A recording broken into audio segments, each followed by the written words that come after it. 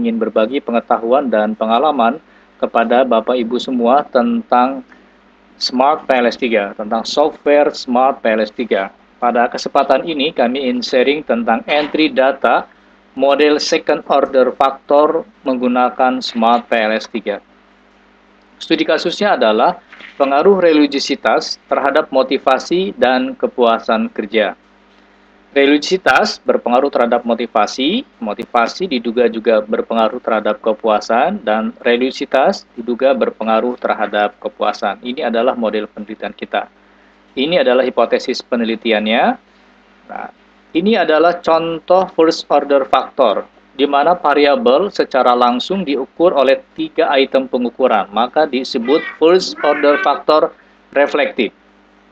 Ya, ini adalah first order factor formatif, di mana variabel secara langsung diukur oleh 3 item pengukuran dan arah panah mengalir dari item menuju ke variabel. Maka item pengukuran ya mempengaruhi variabel ya, membentuk variabel. Ini namanya first order factor. Ini adalah second order factor, di mana variabel diukur oleh sejumlah subvariabel atau dimensi. Ya, dalam hal ini ada 2 dimensi, kemudian setiap dimensi diukur kembali oleh item pengukuran, maka disebut second order factor. Ada 4 jenis second order factor menurut Baker et al. 2012. Ya. Pertama adalah bisa bentuknya reflektif, ya. Jadi variabel diukur oleh dimensi secara reflektif, kemudian setiap dimensi diukur kembali oleh item pengukuran secara reflektif. Model yang kedua adalah formatif reflektif, model yang ketiga adalah reflektif formatif, dan model yang keempat adalah formatif.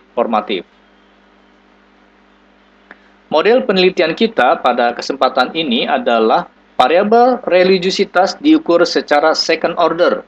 Ya, pertama diukur oleh 5 dimensi, kemudian setiap dimensi diukur kembali oleh item pengukuran. Ya, ini definisi religiositas. Kemudian ini dia item pengukurannya. Dimensi pertama religiositas diukur oleh 2 item. Dimensi religiositas praktis diukur oleh 3 item dan selanjutnya.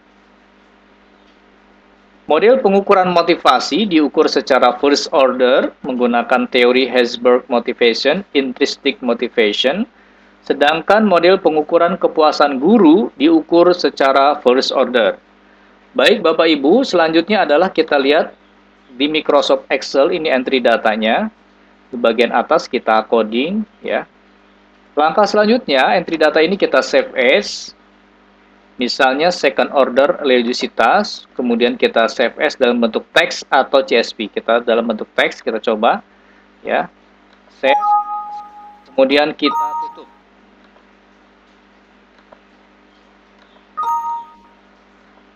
Oke, langkah selanjutnya buka Smart PLS akan tampil seperti ini. Ya, di tengah layar untuk menggambar ya. Kemudian kita bikin new project ya, second order factor aja, SOF, kemudian klik OK.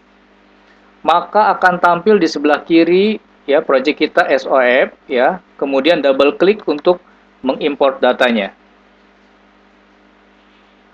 Kita cari data penelitian kita ada di webinar, data, kemudian ini dia. SOF religiositas, klik open. Klik OK. Oke. Ini adalah statistik deskriptif. Rata-rata, median, min, standar deviasi untuk setiap item pengukuran. Kita klik 2 kali di SOF ini, di project kita. Nah, akan tampil layar seperti ini, dan di sebelah kiri ada item pengukuran menunjukkan bahwa data berhasil diimport dari Microsoft Excel ke Smart PLS 3. Langkah selanjutnya adalah menggambar. Ya. Bapak Ibu, ada yang tertinggal satu hal. Dalam contoh kali ini kita akan menggunakan second order ya, menggunakan metode repeated order ya dari Bradley Wilson. Ada 2 metode. Yang pertama adalah two-step approach. Yang kedua adalah hierarchy component approach. also known, juga dikenal sebagai repeated indicator approach. Jadi kita pada contoh kali ini menggunakan metode repeated indicator approach. Ini adalah variabel religiositasnya, kemudian ini motivasi dan kepuasan kerjanya. Diukur oleh 5 dimensi. Kita kecilkan layarnya. Oke, kita atur.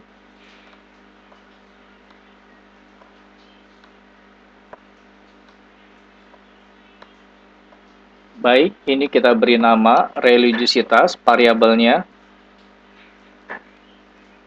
Religius, kita singkat saja. Ini motivasi.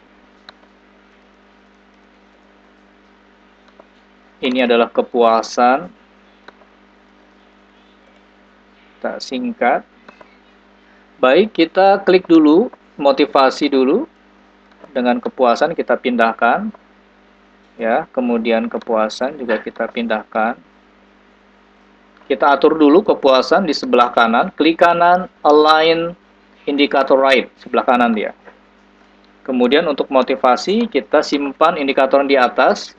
Ini align indikator top, klik kanan tadi. Simpan di atas, sudah. Oke, tinggal religiositas. Oke. Yang pertama adalah dimensi belief. Yang kedua dimensi practice. Yang ketiga adalah dimensi feeling, 2 item pengukuran. Kemudian dimensi effect, ya. Kemudian yang terakhir adalah dimensi knowledge. Ya, kita sambungkan secara reflektif. Jadi religiositas secara alamiah atau secara teori diukur oleh 5 dimensi yang model pengukurannya adalah reflektif. Kemudian kita berikan nama. Ini adalah religiositas belief. Yang kedua adalah religiositas practice, kita singkat saja. 3 adalah religiositas feeling. Yang keempat adalah religiositas effect. Yang kelima adalah religiositas pengetahuan, knowledge.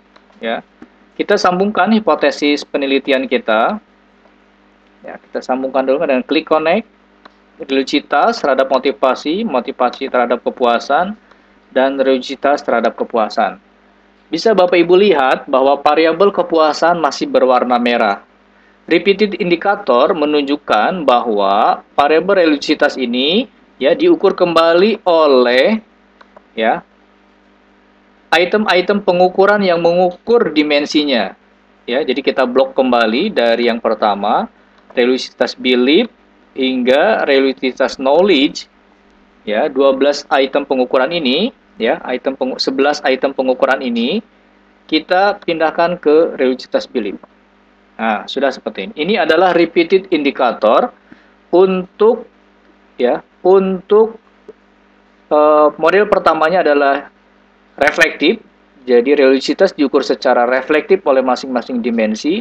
Kemudian setiap dimensi diukur kembali oleh reflektif, ya, oleh sejumlah item pengukuran. Oke. Langkah selanjutnya adalah mengestimasi model. Mulai dari PLS algoritma untuk mengeluarkan evaluasi model pengukuran, kemudian bootstrap menghasilkan statistiknya untuk uji hipotesisnya, dan blind folding prosedur untuk chi-square redundancy atau seberapa baik model memiliki predictive relevance. Jadi langkah pertama diklik PLS algoritma ini, kemudian klik sebelah kanan start calculation. Kembali ke layar utama. Kita lihat apakah ada loading factor pada first indicator, ya, first order factor, maksud kami di sini yang memiliki loading factor di bawah 0,50 kemudian di drop. Dan juga pada variabelnya, ya, variabel religiositasnya. Semua item pengukuran yang mengukur religiositas, ya, di sini di atas 0,50 maka model dapat diterima. Untuk motivasi juga di atas 0,50 dan kepuasan 0,50. Jadi semuanya valid ya. Baik Bapak Ibu, itulah entry data dalam second order dengan metode repeated indicator.